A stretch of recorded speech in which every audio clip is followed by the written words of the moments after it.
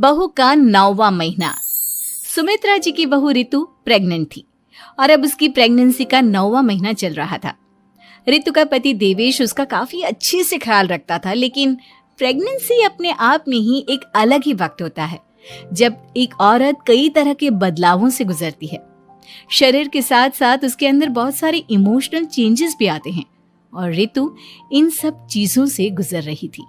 इसीलिए कई बार वो बहुत परेशान हो जाती थी। उसे बार बार बहुत मुश्किलों का सामना करना पड़ रहा था।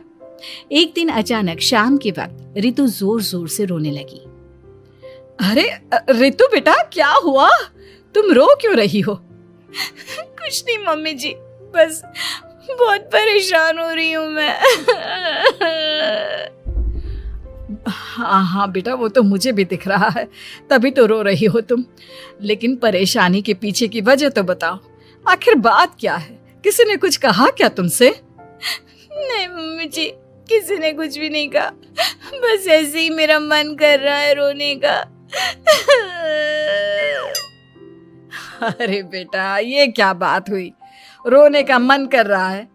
अरे तुम माँ बनने वाली हो, अगर इस तरह रहोगी ना तो बच्चा भी रोने वाले नेचर का पैदा होगा। तो फिर मैं क्या करूं मम्मी जी?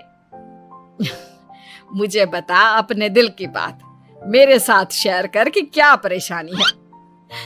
वो क्या है ना मम्मी जी, मैं अपने पेट की तरफ देखती हूँ ना तो अजीब सी घबराहट होती है।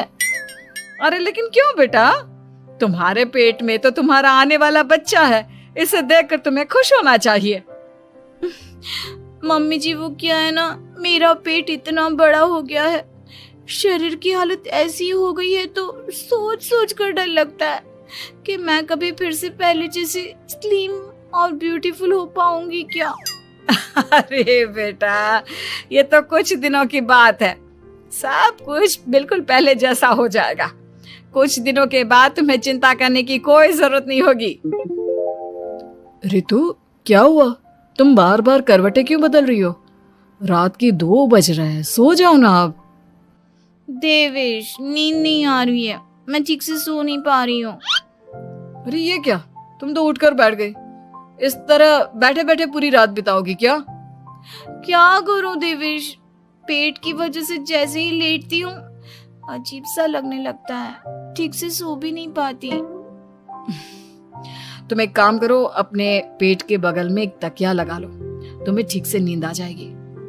वो भी करके देख लिया, अब तो लगता है जब तक बच्चा इस दुनिया में नहीं आएगा मैं ठीक से सो भी नहीं पाऊंगी। रितु, बच्चा आने के बाद कौन सा चैन की नींद सो पाओगी?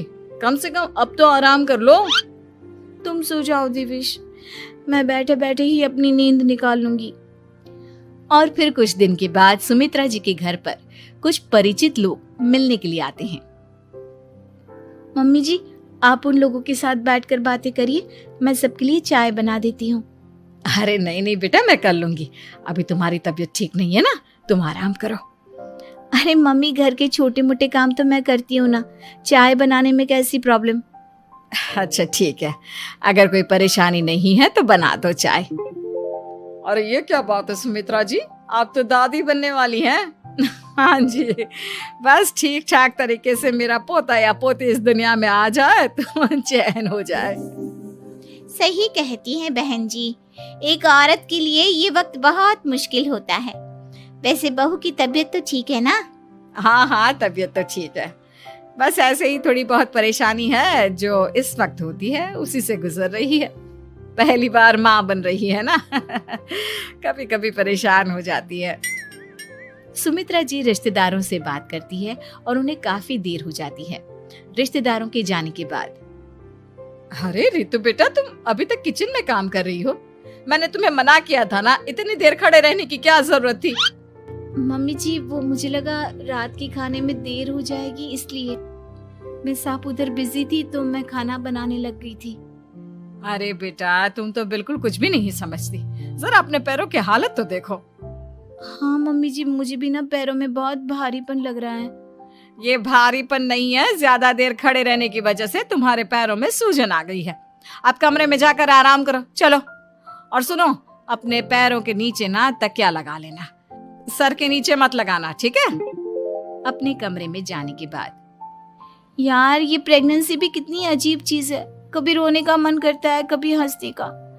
घर में सब मुझे बहुत प्यार करते हैं, लेकिन प्रेगनेंसी की जो प्रॉब्लम्स मैं फेस कर रही हूँ वो मैं किसी को नहीं समझा सकती। ये सब कब ठीक होगा? और फिर एक रात अचानक रितु नींद में उठकर बैठ जाती है और अपने पूरे शरीर पर खुजली करने लगती है। देवेश की आंख खुलती है और वो रितु को इस तरह खुजली करते हुए देखता है। अरे क्या हुआ रितु, तुम ठीक तो हो ना? पता नहीं क्यों देवेश, लेकिन अचानक से पूरे शरीर में खुजली हो रही है। दिखाओ जरा मुझे। अरे लेकिन तुम्हारे शरीर पर तो कोई मच्छर के काटने की या किसी तरह के रैशेस भी नहीं है, फिर खुजली क्यों हो रही है? लगता है ये भी प्रेगनेंसी की कोई नई प्रॉब्लम है। अरे अरे परेशान मत हो, मैं मम्मी को बुला कर लाता हूँ। सुमित्रा जी के आने के बाद अरे क्या बात है बेटा, इस तरह क्यों खुजली कर रही हो? अचानक से क्या हो गया तुम्हें? मम्मी जी ऐसा लग रहा है जैसे सर से पैर तक पूरे बदन में मच्छरों ने काट लिया हो। अरे लेकिन इसमें रोने की क्या बात है, चुप हो जा, सब ठीक हो जाएगा। हाँ मैं बहुत परेशान हो गई हूँ, बस अब जल्दी से बच्चा इस दुनिया में आ जाना चाहिए ताकि मुझे इन सारी प्रॉब्लम से मुक्ति मिले। ऐसा नहीं कहते रितु, माँ बनना तो दुनिया की सबसे बड़ी खुशखबरी है और ये सारी परेशानियां तो सबके साथ होती है। जानती हूँ, लेकिन फिर भी क्या करूँ, रात को सो नहीं सकती, कभी पेट भर के खाना खा लेती हूँ तो उल्टी करने का मन करता है, ज्यादा देर खड़ी हो जाती हूँ तो पैर में सूजन आ जाती है, ज्यादा देर बाहर घूमने भी नहीं जा सकती वरना टॉयलेट की प्रॉब्लम। ये सब कब ठीक होगा? कुछ दिन और बीत गए और अब तक रितु का 9वां महीना खत्म होने का वक्त आ गया था। अब हर दिन रितु बस यही सोचती थी कि उसका बच्चा इस दुनिया में आने वाला है। हाँ, वो बात अलग थी कि वो कई तरह के इमोशनल चेंजेस से गुजर रही थी और फिर एक दिन अचानक, देवेश मुझे ना चाउमीन खाने का मन कर रहा है। अभी रात के 12 बजे? अरे रितु, इस वक्त चाउमीन कहाँ से लेकर आऊंगा मैं? किसी होटल में फोन करो ना, कोई तो डिलीवर करता होगा ना इतनी रात को। नहीं नहीं रितु, इतनी रात को कोई डिलीवर नहीं करता, तुम कल खा लेना, मैं कल तुम्हारे लिए लेकर आऊंगा बस। नहीं, मुझे अभी खाने का मन कर रहा है, मुझे अभी खाना है। अच्छा अच्छा ठीक है, एक काम करो, मैं किचन में जाकर तुम्हारे लिए मैगी बना कर लाता हूँ, क्या पता उसे खाकर तुम्हारा मन ठीक हो जाए। हाँ ठीक है। देवेश रितु को मैगी बनाकर खिला देता है, लेकिन अगले दिन अचानक से रितु की तबीयत खराब हो जाती है। क्या हुआ है बहू को? बेटा तूने कुछ उल्टा सीधा तो नहीं खा लिया ना? मम्मी वो कल आधी रात को चाउमीन खाने की बात कर रही थी तो मैंने इसे मैगी बनाकर खिला दी। अरे लेकिन एक बार मुझसे तो पूछ लेता, इसी वजह से उसे अजीब सा लग रहा है। कोई बात नहीं, वैसे भी बच्चा आने का वक्त पास आ गया है ना, इसलिए ये सब चीजें हो रही है। मेरे पेट में बहुत दर्द हो रहा है, जब से मैगी खाई है तब से पता नहीं क्या हो गया। अरे कुछ नहीं हुआ बेटा, बस कुछ दिन की बात और है, परेशान मत हो। चल हम तुम्हें ना डॉक्टर के पास ले चलते हैं। हॉस्पिटल जाने के बाद, डॉक्टर साहब मेरी बहू की तबीयत ठीक तो है ना? हाँ वैसे तो सब कुछ ठीक लगता है, डाइजेशन का प्रॉब्लम हो गया है, ऐसे वक्त में हो जाता है। प्रेगनेंसी की वजह से पेट के ऊपर बहुत प्रेशर आ जाता है, इसलिए डाइजेशन थोड़ा वीक हो जाता है। और उन्होंने रात के वक्त मैगी खा ली, इसलिए उनको ये प्रॉब्लम हो गया। डरने वाली कोई बात नहीं है। थैंक यू डॉक्टर साहब, अब हम इसका ध्यान रखेंगे। लेकिन अब रितु की डिलीवरी का वक्त पास आ गया है, आपको उनका पहले से भी ज़्यादा ध्यान रखना होगा। मैंने चेकअप कर लिया है, 1 सप्ताह के अंदर रितु की डिलीवरी होने के पूरे चांस है। एक दिन अचानक किचन में काम करते करते रितु के पेट में बहुत तेज दर्द होने लगता है। देवेश, मम्मी जी जल्दी आइए।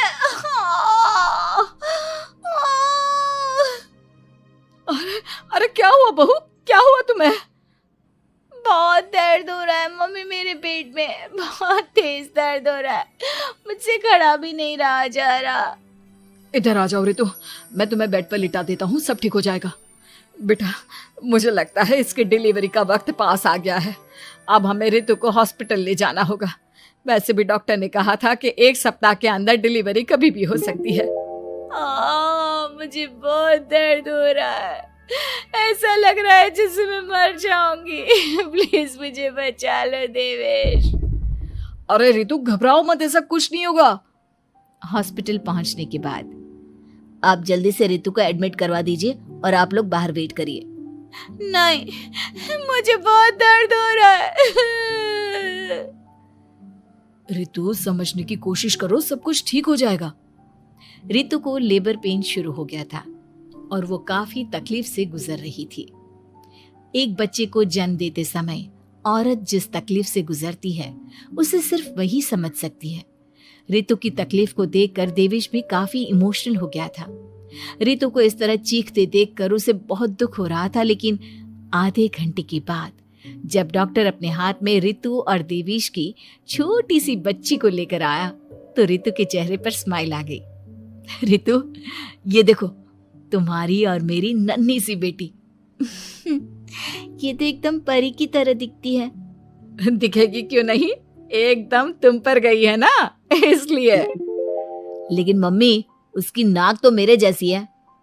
अच्छा ठीक है, नाक तुम रख लो, बाकी सब मेरे जैसा। देखा रितु, तुमने कितनी तकलीफ सही, लेकिन उस तकलीफ के बदले तुम्हें भगवान ने ये छोटी सी परी दे दी। और ऐसा सब औरतों के साथ होता है। तुमने बहुत हिम्मत रखी है बेटा, और इसका नतीजा आज हमारे सामने है।